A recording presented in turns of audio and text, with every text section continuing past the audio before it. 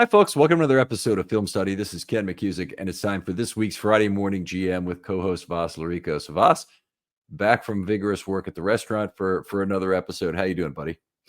I'm doing great. Life is good. Business is booming, and excited that the schedule release feels like the season's right around the corner. Not quite right around the corner, but we can see it at least in the distance. Yeah, the Ravens got some good news this week, some bad news this week. I think the schedule news is some additional good news, but let's start as always with the bad news. This is customary. Arterius Washington lost for the season due to an Achilles injury that happened during a workout at the facility or training at the facility, conditioning at the facility. Not sure. There's a key element there is that even if the Ravens wanted somehow to rescind his tender for what happened and make it a non-football injury, they can't do it based on where it occurred. Now, they wouldn't want to do that anyway to a player like Washington, who's just, having his first opportunity to get a bite at the apple and whatnot. But anyway, they have lost him for the season. They were already, from my perspective, kind of at a -1 position in terms of having a deep safety who could play, and they're now at -2. Does that match with your thoughts on the matter, Bus? Completely agree with that, Ken. First of all, definitely don't want to try to weasel out of the RFA tender. That just sets a bad precedent that they don't want to have. It would impact free agent signings in the future, I would imagine. Sure. Completely agree with you as far as safety was a need after the draft. I think we discussed that in our post-draft show, and certainly it's now more of a need. Fortuitously, the Ravens were able to select the safety in the first round. That does have some pretty good range on the back end, but they're still thin at that position, and the Washington injury will hypothetically minimize their freedom to deploy Kyle Hamilton at various spots across the formation. Yeah, it does. It freezes up a couple players. If they had any thoughts that Malachi Starks was going to be anything but a free safety, and I sure hope they didn't, but if they did, about him moving him around, he's this chess piece too. He's the free safety now. There's no doubt about it. There isn't anybody else to take that role. Hamilton, while he maybe could play that role, I expect him to have him back in base packages and up in big nickel, and perhaps in dime packages as well. So they have regular. They could have a standard nickel where he's still playing the back end with Humphrey in the slot. But for this all to work out, they need another safety. They need another safety who can play the back end. And where they get that guy is interesting. So let's start with the guys on the roster in Sanusi Kane and Bo Braid, and the possibility that either of them could play the back end. I do not have very much confidence that they would be able to play the back end. They just not necessarily their skill sets. They're more of a dime or a strong safety type, both of them, maybe Braid, but asking a second-year former undrafted player to now take on a prominent role on a team that's expected to contend for a championship is a risk that I would not like to take myself. So I'm in agreement with you, by the way, that it wouldn't be the first guy that I would want back there. What I think will happen this summer, it's going to be very interesting to watch, is an extended trial for both players on the back end. That they're going to get a lot of snaps trying to learn how, and they may even get some snaps against Lamar Jackson, which I think is one of the keys, is to not play against really limited quarterbacks back there, to see what those guys can do. I don't want them as the first choice. In fact, we can talk about some guys that might make sense, but I would not mind at all if one of them turned out to be the extra safety that you have in the break in case of need during a game safety.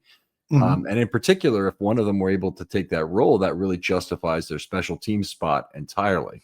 So Sanusi Kane, we talked about this, numerous players that the Ravens, I don't think can really, and I think you agree on this one, can't really afford to have players who play just special teams. They need special 100%. Teams and defense, special teams and offense.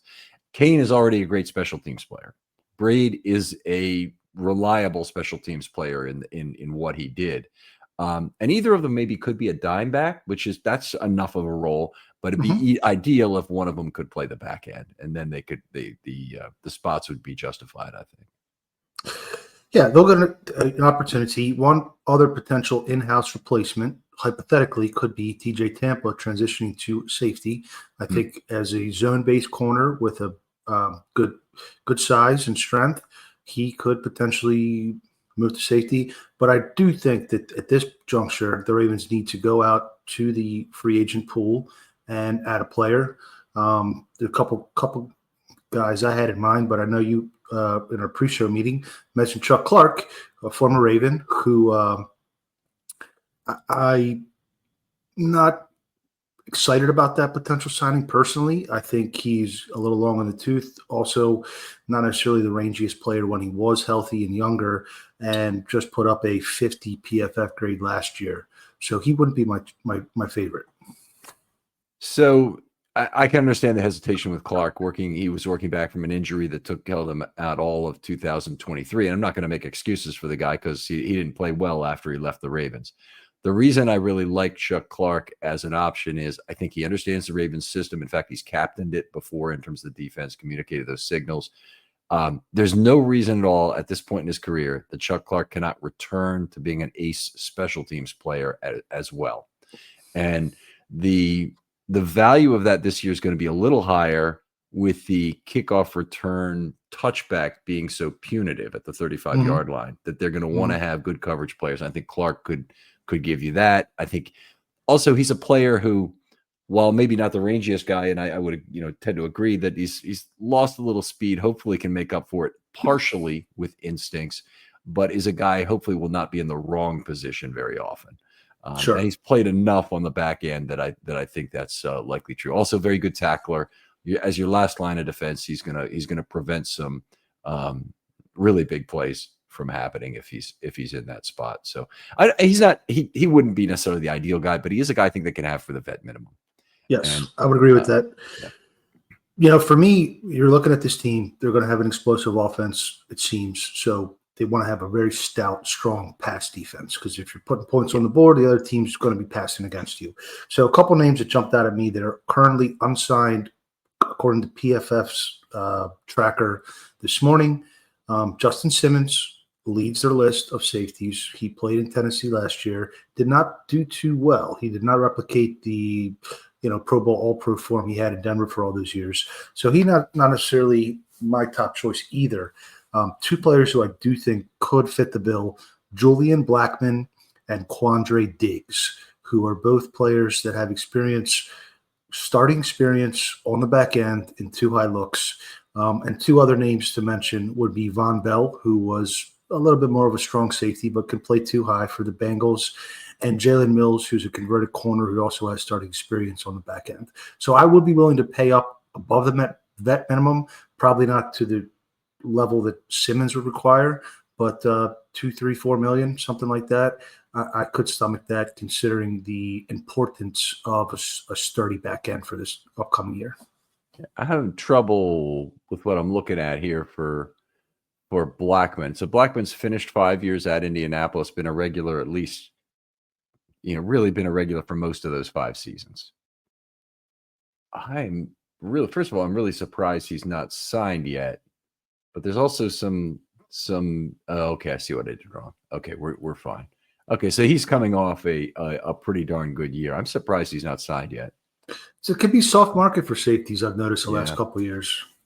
Oh, if you could get if you get Blackmon on a vet min prove it deal at some point, that'd be fantastic. Maybe here's the reason he gave up almost 11 yards per target last year. That'll do it. Yep, sure. So,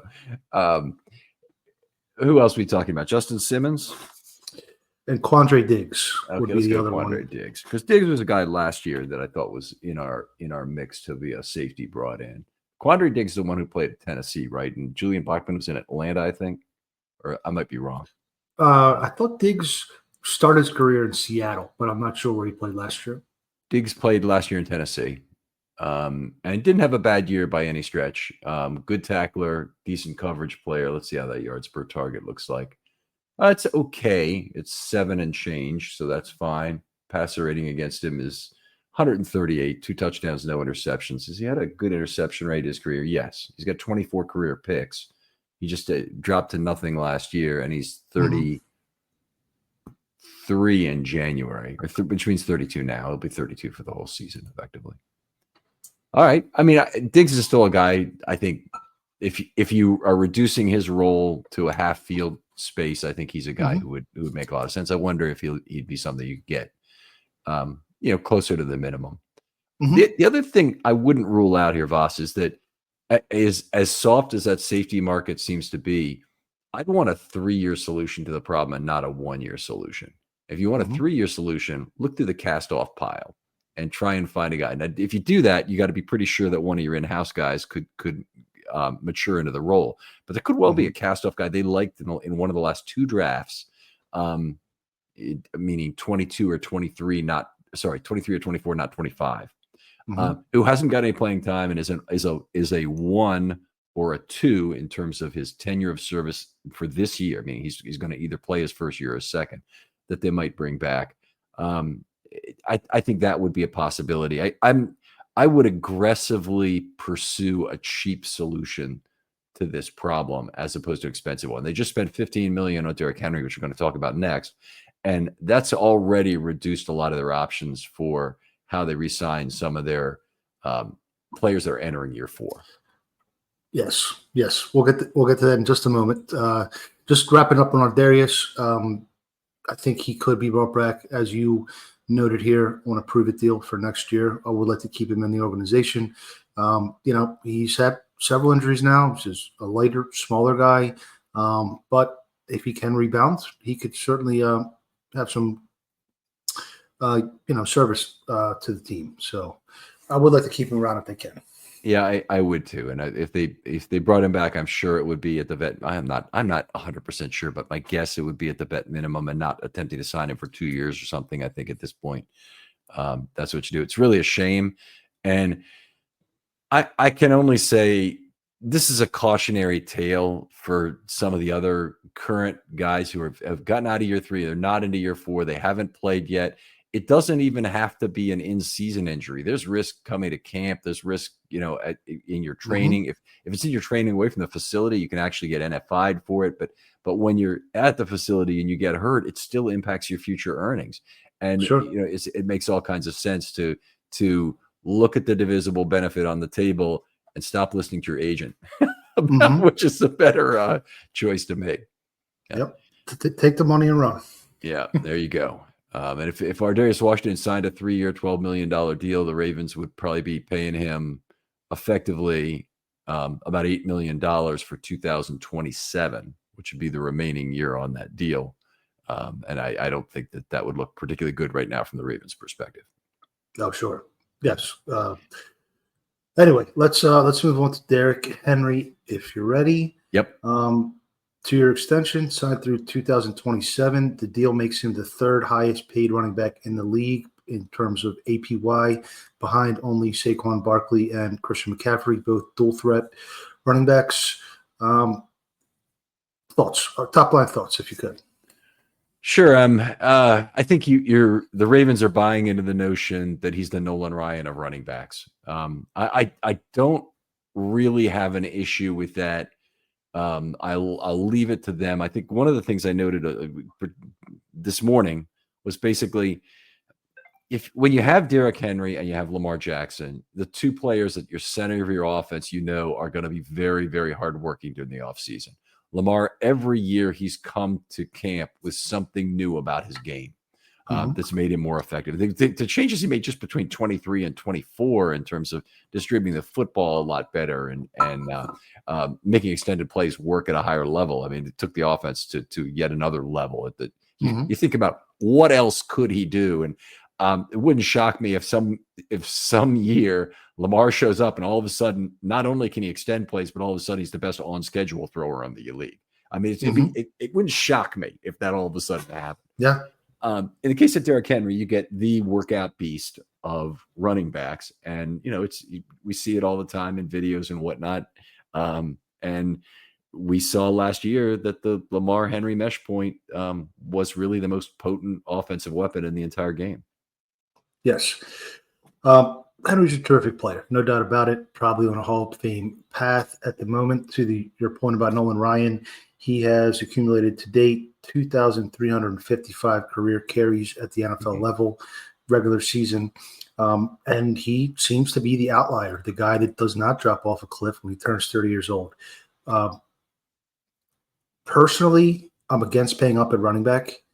I'm against paying old running backs, and I'm especially against paying running backs for a team that has Lamar Jackson, who has engineered a top 3 rushing attack every single season he's been with the Ravens, regardless of the running back, whether it was Latavius Murray and Devontae Freeman or whoever. So I have mixed feelings on this one. Bottom line, they have now $25 million less. That was the guarantee on the contract, according to Brian McFarland, to put towards Travis Jones, Isaiah Likely, Tyler Linderbaum, etc. So I'm not thrilled with this move, to be honest with you. And Hamilton, sure.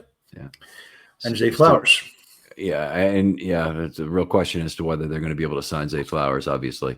You can toss Rashad Bateman there because he comes up a year earlier, almost certainly gone when that happens.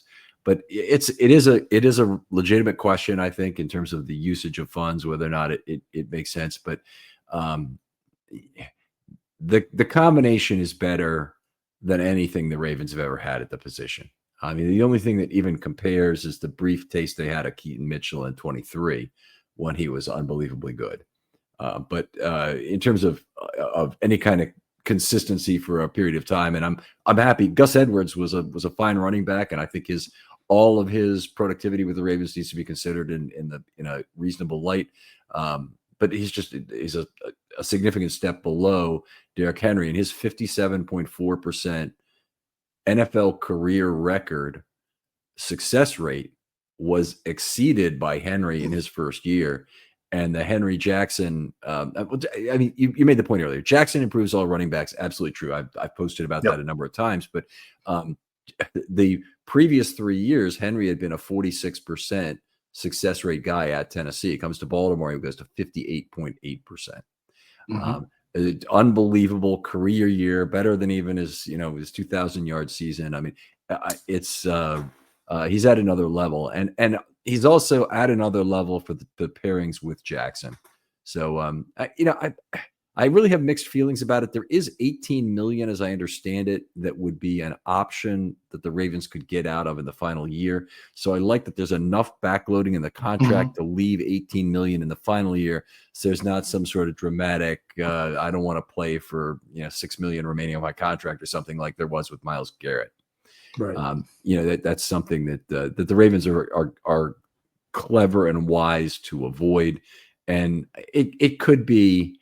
I guess it's possible. Then it's really a 1-year extension for $12 million, right? If they don't pay up for that final year. Yeah. We haven't seen the final contract language yet, but that wouldn't be that would be swallowable, digestible. So just in terms of general roster construction, the Ravens now have one of the three highest paid running backs and the highest paid inside linebacker. So from positional value standpoint and replaceable positions, I don't love that combination. Roquan Smith's going to cost $24 million against the cap this coming season. There's a couple ways to circumvent that sort of, whatever you want to call it, that type of roster construction. One way is to draft exceptionally well. Another way is to use void years. But, I do think I am now even more concerned about keeping the core of the young core together. You're not going to be able to keep them all, but you're going to only keep 1 or 2 versus 3 or 4 potentially.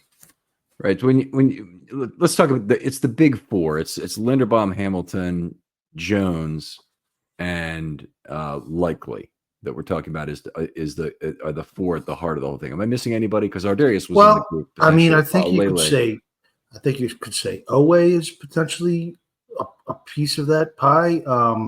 And it starts getting the money starts getting short pretty quickly. I think the ship may have sailed on Owe, given that he's already in that 5th-year option year. So that transaction would need to be made very quickly. They may have it. They may be working on that right now. They may be working on that harder than they're working on other things. And a signing of Owe along with Mike Green, that's a great place to start. Your pass rush for a period of years if you want to do it. Kyle Van Noy, I doubt there's the way Kyle Van Noy comes back to playing for the Ravens is probably nothing we want for Kyle Van Noy in the 2025 season. Would be as a disappointing season, gets hurt, whatever it might be, and then he's looking for another shot, and the Ravens, are like, yeah, well, sure, let's do it. But I think if Kyle Van Noy probably can make some money after this year if he goes out and shops again. From a macro perspective, you need to be strong on the offensive line. Obviously, you need to have a franchise quarterback. You need to be strong on the offensive line. You need to have some playmakers with the ball in their hands. And you need to have, in my opinion, pass defenders, pass rushers, and coverage players. So the more you invest high dollar into positions that don't necessarily directly. If you're looking for a better way to unwind, focus, or even get a good night's sleep, listen up. Let me tell you about Mood, the online cannabis company that's changing the game when it comes to functional gummies. They've crafted a whole line of federally legal THC blends designed to help with everything from stress to sleep to mental clarity and even some spicier needs if you're into that. Now, what makes Mood different? They go beyond just THC. They pair it with herbs and adaptogens to create targeted effects that you won't find in any other dispensary. And every gummy is made with pesticide-free, small farm American cannabis, so you're getting quality that you can trust. I've tried their sleep gummies, and let me tell you, takes about 15 minutes, and I'm out cold, no grogginess, no weird side effects, getting some of the best sleep I've gotten in my life when I take one of these gummies. And if you need a mood boost, there are Epic Euphoria gummies, game changers. And right now, Mood is giving listeners 20% off their first order by using the promo code RAVENS at checkout. So head on over to mood.com, find the perfect gummy for whatever life throws your way, and don't forget to use the promo code RAVENS to save 20%. Help those areas, the tougher it is. But, if they are drafting positions, more positional value standpoint, then maybe they can overcome. I think part of the argument for Henry is that he improves the play action game by so much just with what he does, that you have a different kind of cat, and it has it's a black hole like gravitational impact when Henry and Lamar come together at the mesh point. Decisions have to be made, assignments have to be changed. Everything happens to a defense right at that moment. They're ready for it. They know it's coming, and they still a lot of the times can't stop it. They have to get to another spot, and then if anything unusual happens from that point, be it a straight drop play action or anything else that's going to create a ripple for them, they have a lot of trouble dealing with it. One of the great things is Lamar Jackson has really become very good at letting the other team run themselves out of position and then making a play on it. Oh, for sure. So, just to put an optimistic bow on it, tremendous year last year. Let's hope Derrick can continue, avoid the injury bug, and, nothing's more sweet than watching him break off an 80-yard touchdown run halfway through the fourth quarter of a game. That's so hopefully, he'll keep and we'll lead him to the trophy. Would it be reasonable to say, would you agree that if Derrick Henry does not get injured in the next 3 years, that the Ravens are really going to be happy with this contract? I think probably. I think so. I mean, I don't see his play dropping off. As I mentioned earlier, you don't have to have a great skilled running back to be productive beside Lamar Jackson. So, that's the risk. You get older, you're a running back, you're, a little bit of a high cut guy. Knock on wood, but foot injury or something like that would be the concern for me. Yeah, and obviously that would be a killer if something like that happened. All right, let's move on. Talk a little bit about one of the big deals yesterday, which is the schedule release. It was a pretty tough day, I'd say, for the AFC North as a whole in terms of the schedule. And when I talk about this, we knew exactly the 17 games every team was going to play in terms of what teams are going to play and where they were going to play. What we've got now is all about the when. Okay, it's how did the schedule makers arrange these games, organize them, and potentially screw the Ravens or screw the other divisional opponents in terms of how they wanted to play this game out for TV, basically. Right. Where should we start on this, Voss? What do you want to do? Top line, I will say it's a tough early stretch for the Ravens. Their first 6 games includes 5 division winners, including a trip to Arrowhead on a short week. And that could really go a long way to determining AFC pecking order, the AFC playoff seeding. So I'll start there. Not thrilled by the early bye.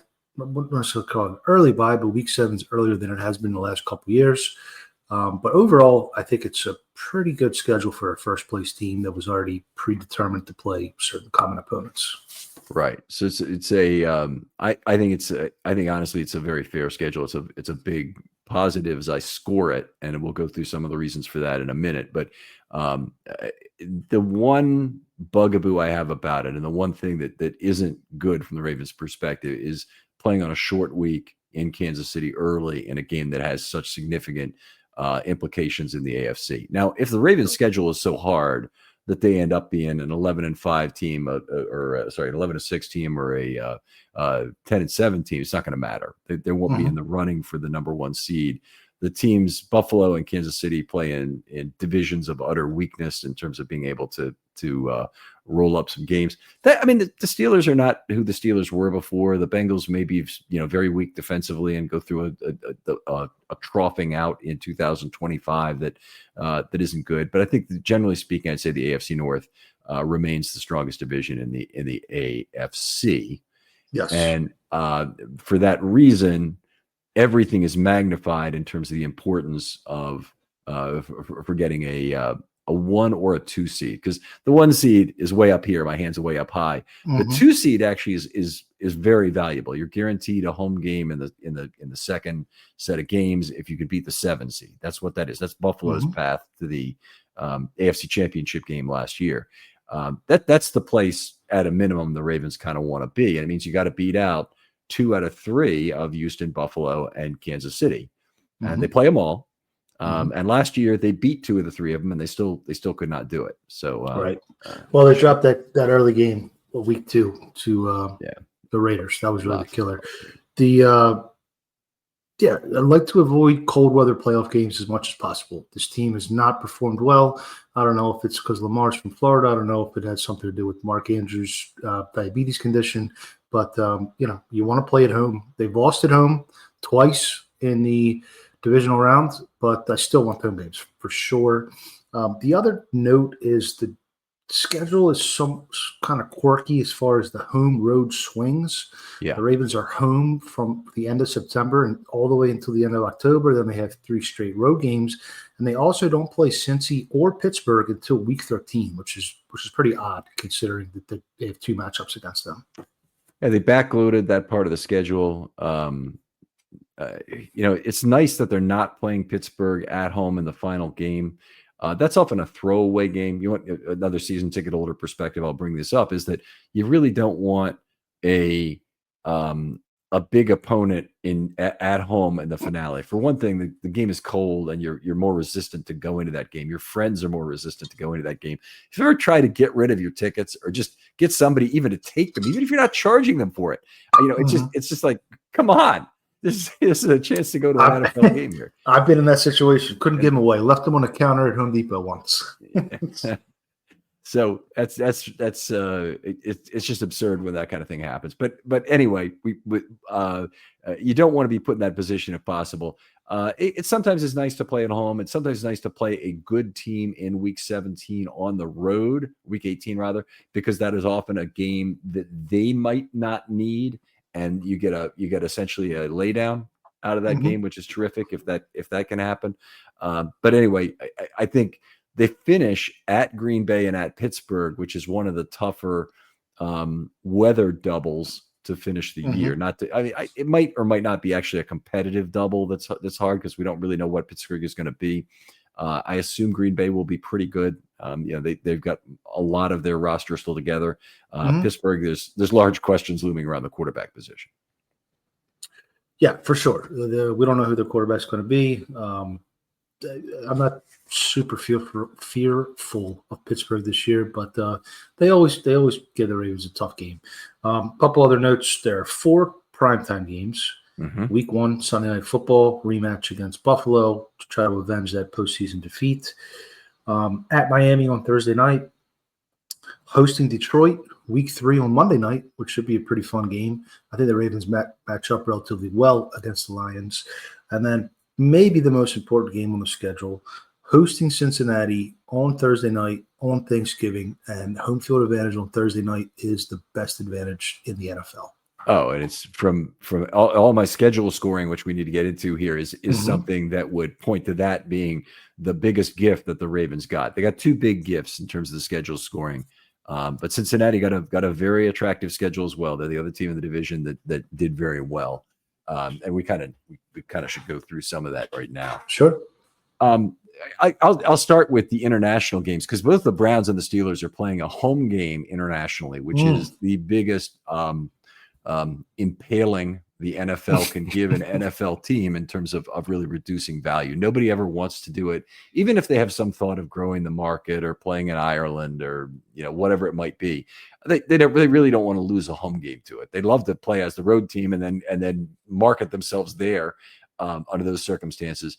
It's actually bad to play internationally at all in terms of what it does for your rest schedule. Even though the NFL gives you the option to take the bye the following week, all that means is you usually screw yourself with an early bye because most of the international games are front loaded on the schedule. So the Ravens, the way my schedule scoring works is if you lose a home game, it's -10. So the Browns are -10. The Steelers got -10 for that, but because they took their bye immediately after, it's reduced to -8. But then there's another counter impact that their bye being in week 5 gave them another -4. So they didn't really win by that exchange, but they decided that was the right thing to take their bye then. But the Bengals and the Ravens both got +2. So in a relative sense, the Bengals and Ravens from this very first impact are out to an enormous lead in terms of relative scheduling, because that's the single most important factor, is not losing home games to crapola international stadiums. All right, let's talk about Thursday night, because that's the second thing. And we had two teams in the division are playing two Thursday night games. The Ravens are playing two Thursday night games. One of them's at Miami, and one of them's at home. First of all, if you play two Thursday night games, you always get one home, one road. So it's an advantage to play on Thursday night because of the half bye you get afterwards. But it's a big disadvantage to play on the road on Thursday night. Because you get a day less on that week itself. So the Ravens, in total, they get a +3 because they got an extra Thursday game, and then also because they're at home for a Thursday game. And the big thing was it's in the division against probably their biggest divisional rival this year. I would think as we look at it right now. I agree. I definitely agree with that sentiment. Yes. So the other one. The one for me that you noted here that's a big benefit is they don't play any teams that are coming off a bye. Yeah. And I believe this is the second year in a row. I think we did this show last year, and we had the same exact notation. And you think about it, you say, wow, all kind of algorithms. How do you allow that advantage to go to the Ravens? But I'll take it all day. Yeah, well, we'll take it all day. That's for sure. And, there's other things like the Ravens aren't traveling a lot of miles that we already knew. We already knew how many miles they travel. Third fewest. Yeah. Third fewest miles traveled in the league. Getting back to the bye, there is no excuse for the NFL not figuring it out. I mean, there's just no excuse. All you have to do is have divisional games played after your only bye of the year, and you can have two divisional teams off the previous week. And it does not take a set theory wizard to figure out that this is a very, very easy thing to figure out. And for some reason, the NFL has chosen to turn their back on the notion. It's all about the ratings. Yeah. And maybe they want it as an ancillary evener, but there's just, with the scores in the division ranking from the Ravens at +6 to the Steelers -21, I could just tell you that's a range of 27. That's the equivalent of 4 additional teams played coming off a bye. So they don't have a lot of interest in making the schedule equivalent. So yeah, I think they played 2 teams coming off a bye either 3 or 4 years ago. So maybe it all comes out in the wash eventually. 3 teams in 2000 coming off. Oh, wow. Yeah. Wow. So they've had their difficulties with it, certainly. And when they've done it two teams, I scream bloody murder. When they play a divisional Thursday game, I scream bloody murder, because I think that really, it has a greater impact than the +3 and -3 for that week only. It really, it impacts the divisional race to such a degree to have, one of the two games highly differentiated in terms of win probability that, Sure. that is another, by the way, if the NFL really wants to do it right, they probably get rid of divisional Thursday games. You just have to say, okay, all Thursday games are going to be interconference games, and you got enough of them. You could play all your game 17s be your Thursday slate. You could do that. It just seems that. I'm sorry. It just seems that the Thursday night games, when it's interconference, they just seem to be blowouts one way or another. And I think they try to put divisional games to produce a better product when you have the whole country watching. Well, I mean, I understand from a ratings perspective why they wanted it. From a fairness perspective, it's exactly the wrong thing to do to create these games. But happy to be spending Thanksgiving. The Ravens, you have as many of my future Thanksgivings or Christmases, if they happen to fall on either a Wednesday or Thursday, as you need. I'll be there every time in terms of home games. That San Fran victory on Thanksgiving with the pit of late touchdowns, one of my top 5 favorite games I've ever been to at M&T. That was a fun one. Then they had the Thanksgiving win over the Steelers, where Tomlin stepped in the way of Jacoby, yeah. So this will be the third time playing at home on Thanksgiving, which is great. Harbaugh has mentioned that he wants it to be a regular thing, and every coach, every owner should be raising their hand for exactly that thing. It's silly they didn't. Somehow the Lions and the Cowboys are grandfathered into this. I was going to say godfathered into this, which is probably more like what it is, but true. All right. So a couple other things. The Ravens play the Monday Night Football disadvantages are minor. They play 2 Monday night games, which is bad, but they have a home game after one of them. So it's a small difference. The Browns Browns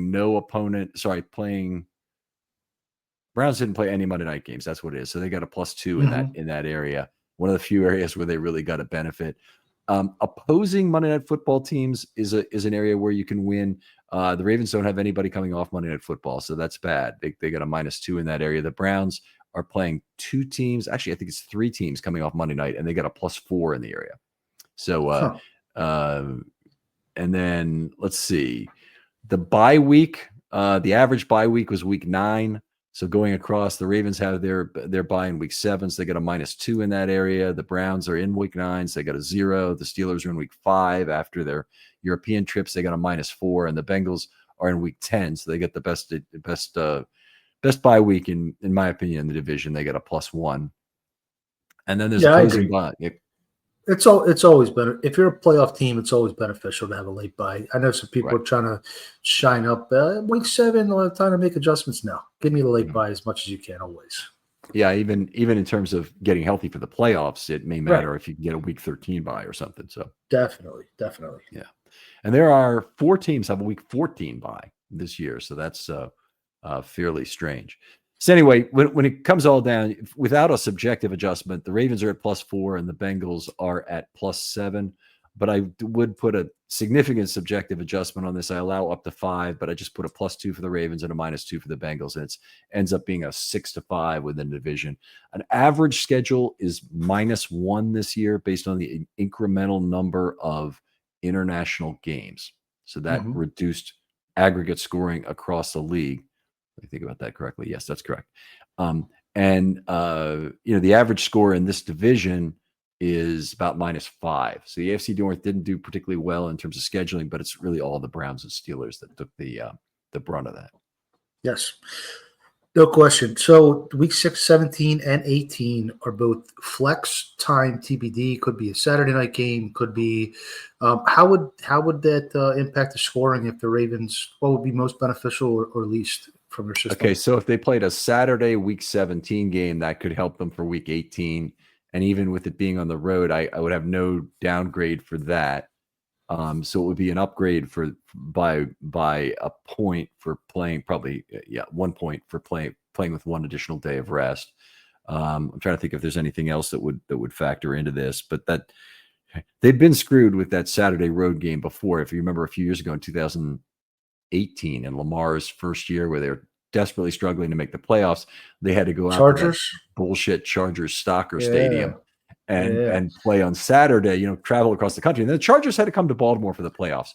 It's perfect time to screw them right back. Give them a Saturday 1 p.m. game in Baltimore for the first round of the playoffs, and the league wouldn't do it to them. So, that was the Mark Andrews breakout game with the long 70-yard touchdown or so. Exactly. Yeah. Well, I mean, the Ravens are a good team. They're going to play good teams. They're going to play good teams in regular season. They're going to play good teams in the playoffs. So, I think they have one of the best rosters in the league, perhaps the best roster in the AFC. If they can make a couple more additions, maybe a safety or maybe one more pass rusher. But they are primed to, in my view, to win the AFC North for the third straight year. And according to Ryan Mink, no AFC North team has ever won it 3 years straight. So wow, really? That's a good Since 02. Now, I didn't know that. I'll have to look at that. I'm sure he's right because it's easy enough to check, but that's impressive. Yeah, for sure. All right. Let's see. Anything else we need to talk about with regard to this? I think we're solid on this. So, Voss, I appreciate you being back on the show this week. I know you're not going to be able to do it every week because of your responsibilities. Quick plug for the restaurant. Sure. We opened a new restaurant in Pittsburgh, Maryland called Fiamata Italian Restaurant and Lounge. We are at 2900 Baltimore Boulevard. And we have been humbled by the support, and everybody loves the food. So that's the most important thing about a restaurant. And I've actually had a couple listeners of this podcast come in and eat and say hello. So I really appreciate that. Right. So do you got names and Twitter handles on those people? And I'm really bad with names. I'm sorry. I meet about 1,000 people a week there, so I'm not great with names. But I appreciate it, and I encourage everybody to come check it out when you have a chance. All right.